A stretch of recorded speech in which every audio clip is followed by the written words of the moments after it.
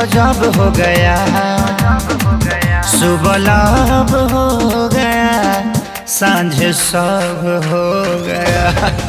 सुबह लब हो गया, सांझ सब हो गया, हो सुबह लब हो गया, सांझ सब हो गया। Same body, mind, babe, come on enjoy. Same body, mind, babe, come on enjoy.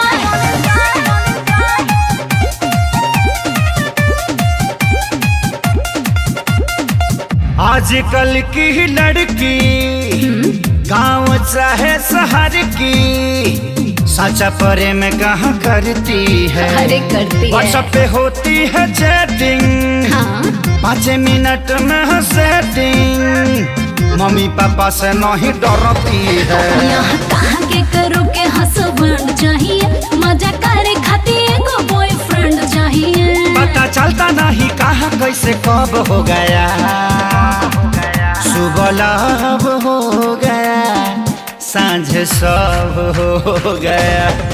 सुबह लब हो गया, सांझ सब हो गया,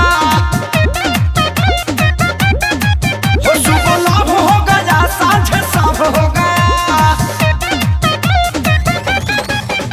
मेरी ठाट बाट है देसी, तेरे नखरे हैं विदेशी, अपनी कैसे चलेगी बेबे? तू हाफ पैंट वाली, मैं लुंगी पहनू खाली, तेरी दाल ना गलेगी बेबे। ना बेमतलब के भाषण दे, आके सीधे चुमा ले, टाइम ना ज्यादा वेस्ट कर।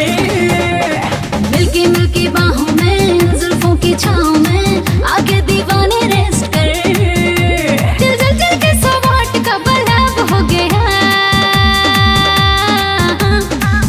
सुबह लब हो गया, सांझ सब हो गया। सुबह लब हो गया, सांझ सब हो गया,